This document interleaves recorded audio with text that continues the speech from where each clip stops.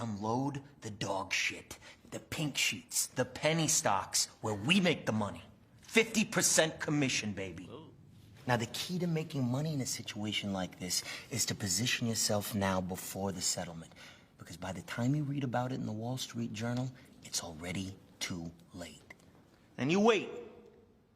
You wait. Assalamualaikum warahmatullahi wabarakatuh. Halo teman-teman. Pada video kali ini, kami dari kelompok 1 akan memaparkan materi mengenai akuntansi dan informasi bisnis. Mata kuliah pengantar bisnis dengan dosen pengampu yaitu Ibu Dr. Nova Mardiana SE MSI. Di sini kami beranggotakan 16 orang. Sebelum kita memasuki pemaparan materi, kami akan menjelaskan beberapa tujuan pembelajaran dari video kali ini. Langsung saja kita dengarkan pemaparan materi yang akan disampaikan oleh teman-teman kita. Apakah akuntansi itu dan siapakah yang menggunakan informasi akuntansi? Jadi, akuntansi adalah sistem menyeluruh untuk mengumpulkan, menganalisis, dan mengkomunikasikan informasi keuangan kepada pemilik dan karyawan perusahaan, kepada publik, dan ke berbagai badan pemerintahan. Sedangkan sistem informasi akuntansi adalah susunan prosedur untuk mengidentifikasikan, mengukur, mencatat, dan menyimpan informasi keuangan sehingga dapat digunakan dalam laporan akuntansi dan manajemen. Selanjutnya, terdapat 5 jenis penggunaan sistem informasi akuntansi. Yang pertama ada manajer bisnis, untuk mengembangkan sasaran dan rencana, menetapkan anggaran, dan mengevaluasi prospek masa mendatang.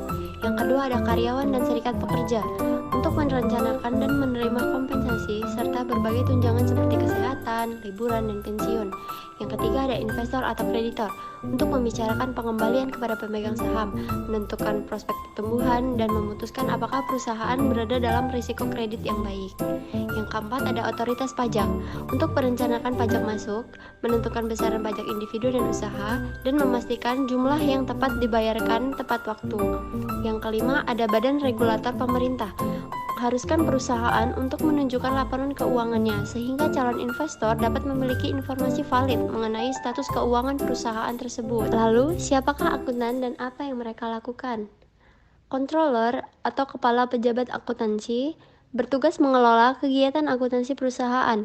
Dalam bagian ini terdapat 2 bidang utama akuntansi, yaitu akuntansi keuangan dan manajerial. Lalu, bagian ini juga membahas perbedaan fungsi dan kegiatan akuntan publik tersertifikasi, akuntan swasta, akuntan manajemen, dan akuntan forensik. Pada bagian pertama ada akuntansi keuangan. Akuntansi keuangan merupakan bidang akuntansi yang berhubungan dengan penggunaan eksternal atas informasi keuangan suatu perusahaan. Akuntansi keuangan membuat laporan seperti laporan laba rugi dan neraca yang berfokus pada kegiatan perusahaan secara keseluruhan. Akuntansi manajerial. Akuntansi manajerial merupakan bidang akuntansi yang melayani pengguna internal atas informasi keuangan suatu perusahaan. Pengguna internal ini meliputi manajer yang memerlukan informasi untuk membuat keputusan, departemen memantau proyek, dan merencanakan kegiatan di masa mendatang. Karyawan juga membutuhkan informasi akuntansi dan ahli teknik yang membutuhkan informasi untuk mengetahui biaya-biaya tertentu. Akuntansi publik terverifikasi. Akuntan publik menyediakan jasa akuntansi kepada publik dan dibedakan berdasarkan independensi mereka dari klien yang dilayani. Akuntan publik terverifikasi atau CPA merupakan akuntan yang memperoleh izin negara dan menawarkan jasanya kepada masyarakat umum. CPA menyediakan jasa audit, pajak, dan juga manajemen. Akuntan publik terverifikasi sendiri ada 3 jenis. Pertama audit, kedua jasa pajak, ketiga jasa penasihat manajemen. Akuntan publik non-sertifikasi. Non-CPA seringkali membuat laporan keuangan yang digunakan dalam perusahaan untuk tujuan internal dengan berdasarkan informasi yang diberikan pihak manajemen. CPA Vision Project. Program CPA Vision Project meredefinisikan perpaduan unik dan keterampilan teknologi dan pengetahuan yang disebut juga sebagai kompetensi inti akuntansi yang dibutuhkan CPA di masa mendatang. CPA Vision Project merupakan CPA yang mampu memadukan kemampuan khusus dengan beragam orientasi agar dapat berkomunikasi secara lebih efektif dengan orang-orang di berbagai kegiatan bisnis. Akuntansi swasta dan akuntansi manajemen. Akuntan swasta adalah akuntan yang dipekerjakan oleh perusahaan untuk mempekerjakan kegiatan keuangan seharian. Tugas yang dijalankan akuntan swasta yaitu seorang auditor internal di Joko Phillips.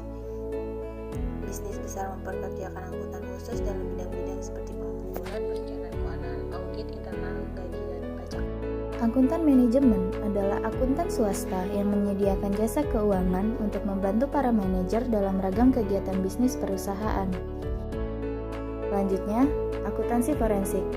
Akuntansi forensik adalah praktik akuntansi yang memadukan keterampilan penyelidikan dengan akuntansi. Dalam akuntansi penyelidikan, aparat penegak hukum dapat meminta bantuan akuntan forensik untuk menyelidiki transaksi keuangan pada kasus dugaan kejahatan. Selain itu juga, akuntansi forensik membantu dalam menunjukkan barang bukti untuk proses peradilan dengan cara mempersiapkan dan mempertahankan barang bukti yang ada. Penyelidikan untuk CVI mencakup 4 bidang, yaitu pencegahan dan penghindaran penggelapan, transaksi keuangan, investigasi kasus penggelapan, dan unsur-unsur hukum suatu penggelapan. Batasan pemerintah terhadap jasa CVA dan laporan keuangan Sarbox. Sarbanes-Oxley Act atau Sarbox ditetapkan pada tahun 2002, merupakan pemberlakuan aturan federal untuk mengembalikan kepercayaan publik dalam praktik akuntansi dengan cara memberlakukan persyaratan baru terhadap kegiatan keuangan dalam korporasi yang sahamnya diperdagangkan secara publik. Ketentuan terpilih dalam Sarbox. Sebelumnya, kalian tahu nggak sih Sarbox itu apa? Jadi Sarbox itu singkatan dari Sarbanes-Oxley, yaitu hukum federal Amerika Serikat yang ditetapkan pada 30 Juli 2002 sebagai tanggapan terhadap sejumlah skandal akuntansi perusahaan besar. Apa aja ya ketentuan terpilih dalam Sarbox? Yang pertama, menciptakan Dewan Pengawas Akuntansi Nasional yang tugasnya diantaranya harus menetapkan standar etika yang digunakan kantor CPA dalam membuat audit. Yang kedua, mengharuskan SEC secara berkala meninjau setiap laporan keuangan perusahaan. Yang ketiga, mencegah perusahaan melakukan tindakan balas dendam atau intimidasi terhadap analisis penelitian yang memberikan laporan negatif. Yang keempat, mengenakan sanksi pidana terhadap auditor dan klien atas pemalsuan, penghapusan, pengubahan, atau penyembunyian catatan keuangan dengan hukuman 10 tahun penjara. Persamaan akuntansi, aset sama dengan kewajiban ditambah ekuitas pemilik. Sumber modal dari ekuitas pemilik itu dari dua sumber. Yang pertama, jumlah yang awalnya diinvestasikan oleh pemilik. Lalu yang kedua, laba yang juga dimiliki oleh pemilik yang dihasilkan dan diinvestasikan kembali di dalam perusahaan.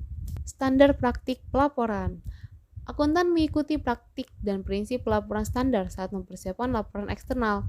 Bahasa umum yang ditentukan oleh praktik-praktik standar dan dimuat dalam GAAP dirancang untuk memberikan kepercayaan kepada pengguna eksternal sehubungan dengan keakuratan dan makna dari informasi keuangan. GAAP mencakup beragam persoalan. Misalnya, kapan waktu yang tepat untuk mengakui pendapatan dari operasi dan bagaimana mempublikasikan informasi keuangan tersebut ke publik. Oke, yang selanjutnya adalah laporan keuangan. Nah, laporan keuangan merupakan berkas yang berisikan informasi keuangan suatu perusahaan pada periode akuntansi yang dapat digunakan untuk menggambarkan kinerja perusahaan. Nah, jadi begini teman-teman, laporan keuangan ini juga merupakan media yang sangat penting bagi para analisis untuk menilai kondisi perekonomian suatu perusahaan. Dikarenakan dalam laporan keuangan itu menggambarkan posisi keuangan perusahaan, hasil usaha perusahaan, serta arus kas perusahaan dalam periode tertentu. Yang selanjutnya, laporan keuangan itu terdapat 3 jenis aktivitas. Yang pertama, yaitu arus kas dari aktivitas operasi seperti pembelian dan penjualan barang yang dilakukan oleh perusahaan. Lalu yang kedua, ada arus kas dari aktivitas investasi, contohnya pembelian dan penjualan aktiva tetap seperti gedung, peralatan, dan lain-lain. Lalu yang terakhir, ada arus kas dari aktivitas pembiayaan, contohnya membayar dividen, serta menerbitkan saham. Nah, dalam penyusunan laporan keuangan juga itu memiliki tujuan. Yang pertama yaitu untuk memberikan informasi keuangan yang tervalidasi mengenai aktiva dan kewajiban serta modal suatu perusahaan. Lalu yang kedua, untuk memberikan informasi keuangan mengenai perubahan dalam aktiva neto. Yang ketiga, memberikan informasi keuangan yang membantu para pemakai laporan keuangan di dalam menaksir potensi perusahaan. Lalu yang terakhir, untuk memberikan informasi mengenai perubahan aktiva dan kewajiban perusahaan, seperti informasi mengenai aktivitas pembiayaan dan investasi. Nah, jadi contohnya itu begini teman-teman. Anggaplah suatu perusahaan mainan pada bulan Januari itu memiliki pengiriman yang dijadwalkan berlangsung bulan Februari. Meskipun penjualan ini telah selesai pada bulan Januari, pendapatan $1.000 itu belum bisa diakui karena mainannya itu belum dikirimkan dan harga jual itu belum bisa ditagihkan. Nah, itu bisa dicatat di saat barang atau produknya itu sudah dikirimkan dan harga jual itu sudah bisa ditagih. Nah, yang selanjutnya itu ada pengungkapan penuh, yang merupakan panduan yang mengharuskan laporan keuangan untuk tidak saja memuat angka-angka, tetapi juga memuat penjelasan dan interpretasi manajemen terhadap angka-angka dalam laporan keuangan. Nah, ini juga tercantum dalam GAAP atau Generally Accepted Accounting Principle yang mengharuskan laporan keuangan itu memasukkan interpretasi serta penjelasan dari manajemen mengenai angka-angka tersebut. Menganalisis laporan keuangan. Laporan keuangan bantu investor dalam mengambil keputusan. Laporan ini juga menyediakan data untuk menciptakan beragam rasio yang digunakan untuk menilai kesehatan keuangan perusahaan, kemajuannya, dan prospek masa depannya. Rasio biasanya dikelompokkan menjadi 3 klasifikasi utama. Selanjutnya, mengelola di masa penuh gejolak dalam solvabilitas jangka panjang. Perusahaan yang tidak mampu memenuhi kewajiban utang jangka panjangnya berada dalam resiko diambil alih atau kolaps. Untuk mengevaluasi resiko perusahaan tersebut, kreditor melirik neraca untuk mengamati sejauh mana perusahaan dibiayai melalui dana pinjaman. Semakin rendah utang suatu perusahaan, maka rendah juga resikonya bagi investor dan kreditor. Rasio profitabilitas yaitu kekuatan laba rugi pemilik. Investor juga menginginkan beberapa indikasi pengembalian yang dapat diandalkan, seperti bukti nyata laba yang bisa dilihat dari rasio profitabilitas, misalnya laba ke saham. Lalu selanjutnya, kewirausahaan dan bisnis baru. Informasi yang diperoleh dari laporan keuangan dapat digunakan untuk rasio aktivitas, sehingga dapat mengukur efisiensi dari penggunaan sumber daya. Lalu menghadirkan etika ke dalam persamaan akuntansi. Tujuan etika dalam akuntansi adalah untuk mempertahankan kepercayaan publik dalam lembaga bisnis, pasar, keuangan, dan produk serta jasa dari profesi yang terkait dengan akuntansi. Kode etik profesional ICPA.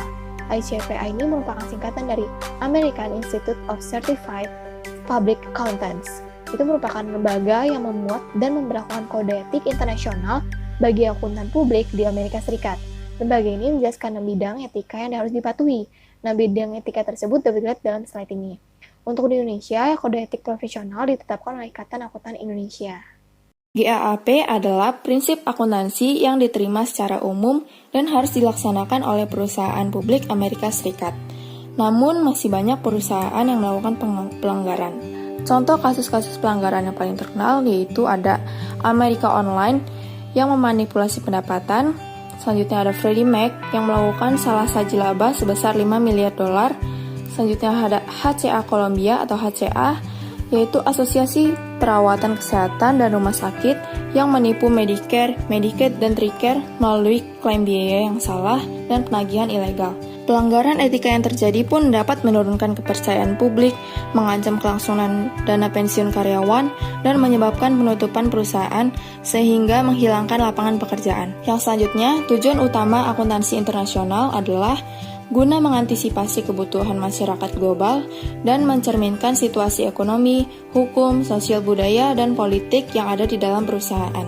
Jadi kesimpulan dari materi ini ialah akuntansi merupakan sistem menyeluruh untuk mengumpulkan, menganalisis, dan mengkomunikasikan laporan keuangan untuk digunakan oleh pengguna eksternal maupun internal untuk menjaga kepercayaan masyarakat terhadap lembaga bisnis dan mencegah pelanggaran etika dalam akuntansi. Perlu dilaksanakannya etika dalam akuntansi. Untuk itu, asosiasi profesi akuntan seperti AICPA dan IMA memberlakukan kode etik profesional sebagai dasar etika akuntan. Dan International Accounting Standard Board atau IASB bertanggung jawab atas penciptaan standar akuntansi global.